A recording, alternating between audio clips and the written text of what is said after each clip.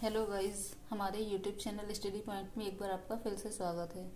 आज हम लोग समांतर श्रेणी की एक्सरसाइज 5.2 करेंगे, जिसमें कि हमारा सेकंड क्वेश्चन था। क्वेश्चन कह रहा है कि निम्नलिखित में से सही उत्तर चुनिए और उसका औचित्य दीजिए। एक सीरीज दे रखी है AP बराबर 10, 7, 4 डैश डैश डैश करके कह रहा है कि 30वां पद ज्ञात कीजिए।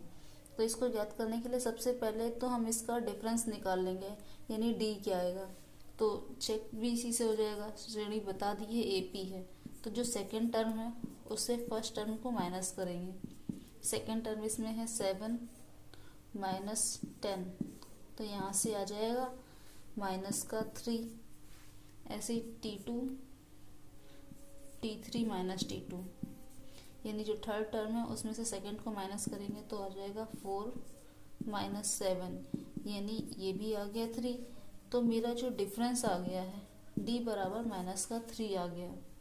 अब A क्या कह रहा है, A बराबर क्या है, फर्स्ट टर्म दे रखा है इसमें 10, तो जो A है और यही T1 भी है फर्स्ट टर्म, इसको A से भी प्रदर्शित करते हैं, तो इसलिए A बराबर मेरा 10 दे रखा है।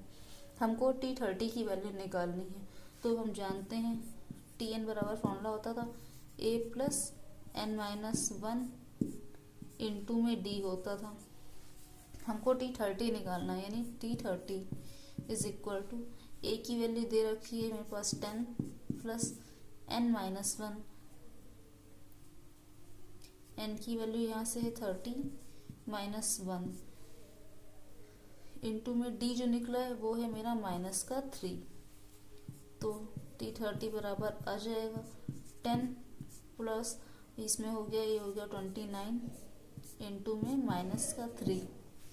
तो यहाँ से हम निकाल लेंगे T30 बराबर, यहाँ से 10 इंटू किया तो ये माइनस हो गया, 3 9 जा 27, कैरी हो गया 2, 3 2 जा 6 2 8, यानी ये मेरे पास 87 आ गया।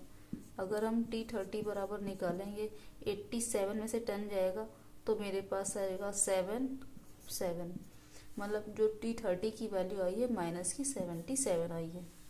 इसी प्रकार से अगर इसमें कोई भी पद देगा तो आप इस फॉर्मूले में वैल्यू पुट करके इसको सॉल्व कर लेंगे। तो हमारा थर्ड क्वेश्चन है। थर्ड क्वेश्चन कह रहा है कि निम्नलिखित समांतर श्रेणी में रिक्त स्थानों के पदों को ज्ञात कीजिए। और श्रेणी दे रखी है 2, बीच में खाली है, और तीसरा दे रखा है 26, मतलब इसमें सेकंड टर्म क्या है ये हमको बताना है और D क्या आएगा। तो सबसे पहले हम देख लेते हैं कि जो A दे रखा है, यानी जो पहला पद दे रखा है, यानी A बराबर 2 दे रखा है। अब ये दे रखा है थर्ड पद, यानी T3 बराबर दे रखा है 26। हमको इसमें तो D बताना है। सबसे पहले तो हम जानते हैं फॉर्मूला क्या होता है, Tn बराबर A plus n minus 1 into में D।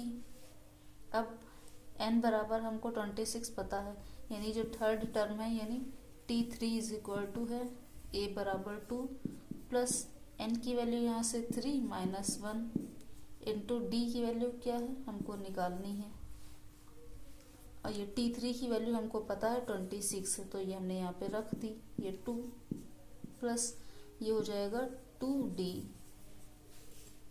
अब 2D, अब ये जो है 26 है, इसमें से 2 माइनस हो जाएगा, 26 माइनस 2 इज इक्वल टू किधर आया, यहाँ बचा मेरे पास 2D। अब 26 में से 2 जाएगा तो यहाँ बचेगा 24 और 2D, तो जो D की वैल्यू यहाँ से निकल के आएगी वो हो जाएगी 24/2। तो जो D बराबर आया है वो हो गया मेरा 12। अब हमको D बराबर 12 पता चल गया है, तो जो सेकेंड टर्म है उसको हम निकाल लेंगे। अब देखें, इसमें से हम माइनस करते थे, सेकेंड टर्म में से फर्स्ट टर्म को माइनस करते थे तो मेरा D निकल आता था। D उसमें अगर हम उतना ही जोड़ दें, यानी फर्स्ट टर्म में जो D निकला है उसको जोड़ देंगे तो मेरा सेकेंड टर्म आ जाएगा।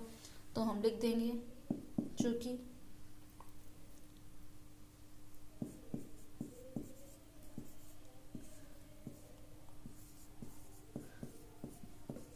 रिक्त खाने वाला पद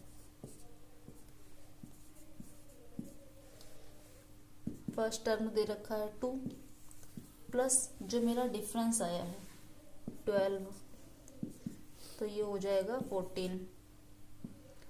तो ये जो सेकेंड वाला टर्म है यहाँ पे ये 14 आ जाएगा। हम सेकेंड टर्म में से फर्स्ट टर्म मानते थे, माइनस कर देते तो बीच का मिल जाता था डी, और उसी डी को हमने फर्स्ट वाले टर्म में जोड़ दिया तो मेरा सेकेंड वाला जो टर्म था वो मिल गया, यानी ये दे रखा है T2। ये हमारा आंसर है। चलिए हमारा नेक्स्ट क्वेश्चन है। इसमें जो है पहला टर्म भी मिसिंग है और थर्ड टर्म भी मिसिंग है, तो हमको T2 भी निकालना होगा, सॉरी ए भी निकालना होगा, यानी फर्स्ट टर्म और थर्ड टर्म निकालना है। तो चलिए इसको सॉल्व करते हैं। सबसे पहले तो हम करते हैं कि हमको पहला नहीं पता है, दूसरा पता है, तीसरा नहीं पता है और चौथा पता है। तो यानी जो मेरा T2 दे रखा है वो हमको पता है 13 है, और जो T4 है ये हमको पता है 3 है। अब सबसे पहले हम क्या करते हैं, T2 निकालने के लिए T2 बराबर होता क्या था, जब हम ए और डी को जोड़ देते थे, यानी फर्स्ट टर्म और जो डिफरेंस आता था उसको जोड़ देते थे तो मेरा T2 मिल जाता था। तो ये हमको दे रखा है, कितना है, 13 है। अब T2 बराबर जो है आ गया मेरा 13 है। ऐसे ही T4 बराबर क्या होगा, T4 यहाँ से एक फॉर्मूला होता है जिसका यूज हम बार बार कर रहे हैं, Tn बराबर a+n-1 इंटू में डी, इसका यूज करते हैं हर बार। तो यहाँ से T4 निकालेंगे तो क्या हो जाएगा, a+n-1, n की जगह हम ले रहे हैं 4 क्योंकि फोर्थ टर्म है, -1 इंटू में d। तो यहाँ से मेरा T4 बराबर आ जाएगा a+3d, यहाँ से a+3d आ गया, और इसकी वैल्यू दे रखी है T4 की, ये T4 की वैल्यू दे रखी है 3। अगर हम T4 माइनस T2 कर दें, T4 माइनस T2 कर देते हैं तो T4 की जो वैल्यू आई है, यानी कि ये है a+3d आ गई है, माइनस T2 की जो वैल्यू निकाली है a+d है, यानी ये हो जाएगा a+d। और इसको जब सॉल्व करेंगे तो मेरे पास ये माइनस से a कैंसिल हो जाएगा, 2 में से 2d, 3d में से 1d जाएगा तो बचेगा ये 2d बचेगा। और T4 माइनस T2 को सॉल्व करने के बाद मेरा 2d आया, यानी इसकी जगह हम 2d रख सकते हैं। और a+3d, यानी a+3d की वैल्यू जो मेरे पास निकल के आई थी वो 3 थी, और a+d की जो वैल्यू आई थी वो थी 13। इस वैल्यू को हम यहाँ पुट कर देंगे, यानी a+3d बराबर हम लिख सकते हैं 3 माइनस a+d की वैल्यू यहाँ से उठाएंगे, ये मेरे पास आ जाएगी 13। तो जब ये इसमें से माइनस हो जाएगा, यानी 13 में से 3 जाएगा तो माइनस का 10 आ जाएगा। और यहाँ पे 2d बराबर अगर 10 आ गया है माइनस का, तो d बराबर मेरी वैल्यू यहाँ से माइनस की 10/2 upon 2 is equal to minus की 5 आ गई। अब जब मेरी d की वैल्यू 5 आ गई है तो हम a की वैल्यू निकाल लेंगे। अब a+d बराबर, हमको यहाँ से पता था a+d बराबर दे रखा है 13, और d की वैल्यू हमको यहाँ से 5 मिल गई है, यानी d की वैल्यू -5 थी इज इक्वल टू 13, तो a की जो वैल्यू आई है यहाँ से 13 + 5 इज इक्वल टू 18 आ गई। अब हमको d भी पता चल गया है और a भी पता चल गया है, तो हम लिख सकते हैं एक पद जो फर्स्ट टर्म है यानी a, तो जो फर्स्ट टर्म है तो यही T1 है, ये तो मेरा 18 होएगा, और जो सेकेंड टर्म है a प्लस ये हो जाएगा 2d, 2d की वैल्यू हम लिख देंगे,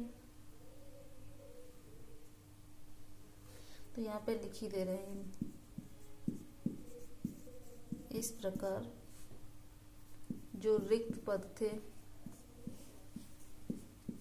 a और a+2d हैं, तो यहाँ से जो एक वैल्यू आ जाएगी a हो जाएगी 18, और जो सेकंड है ये हो जाएगी ये 18 + 2d की वैल्यू यहाँ से मेरी आई है -5, तो ये -5 हो गई। इसको सॉल्व करने पाएगा 18 माइनस का 10 इज इक्वल टू 18 में से 10 गया यानी 8।